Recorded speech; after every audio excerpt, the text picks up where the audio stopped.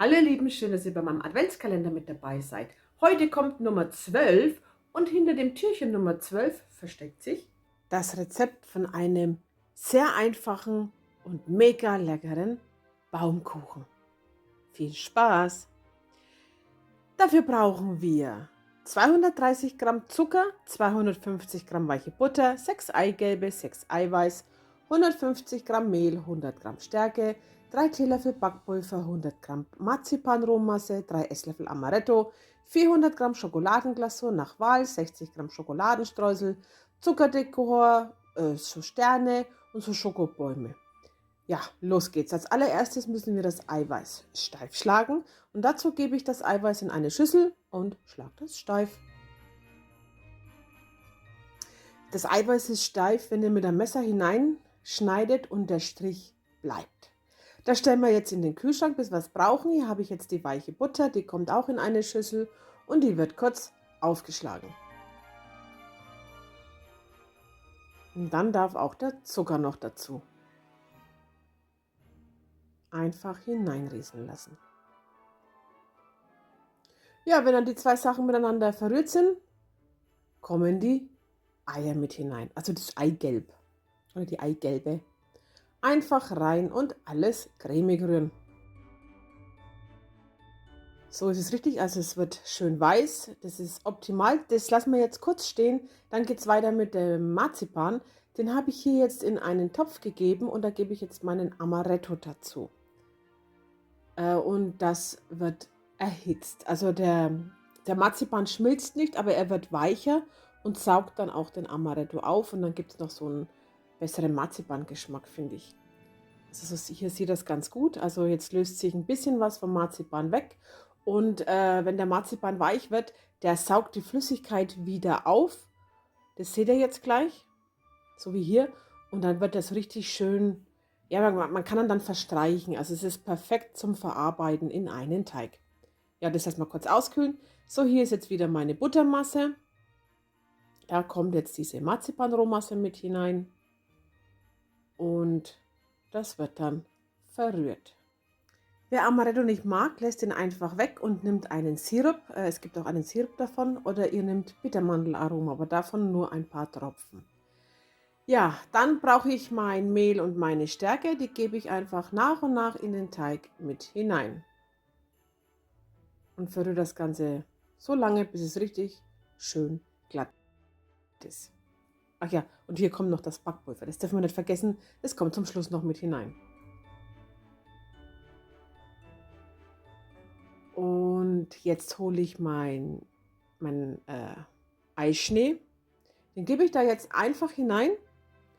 Und dann auf niedrigster Stufe wird der Eischnee in diese Buttermasse hineingerührt. Also nicht zu schnell, sondern so ähnlich wie unterheben. Einfach die Maschine ziemlich langsam schalten und dann wird der richtig schön cremig. Schaut euch das mal an.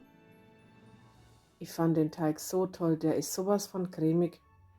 Schön. Ich habe jetzt hier eine Springform. Meine hatte einen Durchmesser von 24 cm. Und da gebe ich jetzt maximal 2 bis 3 Esslöffel Teig hinein und verteile den Teig komplett auf den Boden. Also bitte Backpapier drunter tun, das ist wichtig. Den Ofen, den heizt ihr schon mal auf 220 Grad Umluft vor.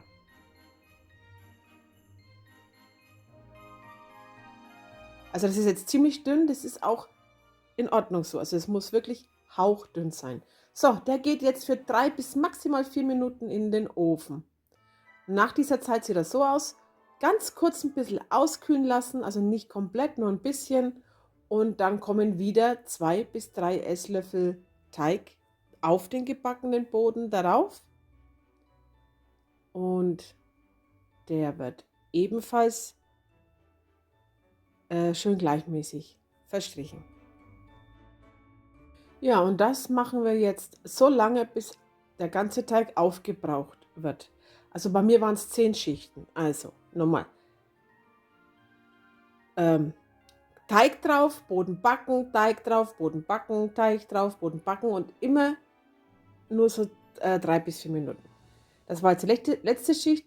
Der darf jetzt 5 Minuten in der Form auskühlen, aus der Form befreien und dann sieht das so aus. der darf jetzt komplett auskühlen. Wenn er ausgekühlt ist, eure Schokoglasur nach Backungsanleitung schmelzen und dann einfach über den Kuchen gießen und schön gleichmäßig verstreichen. Also so, dass der ganze Kuchen mit Schokolade eingedeckt ist.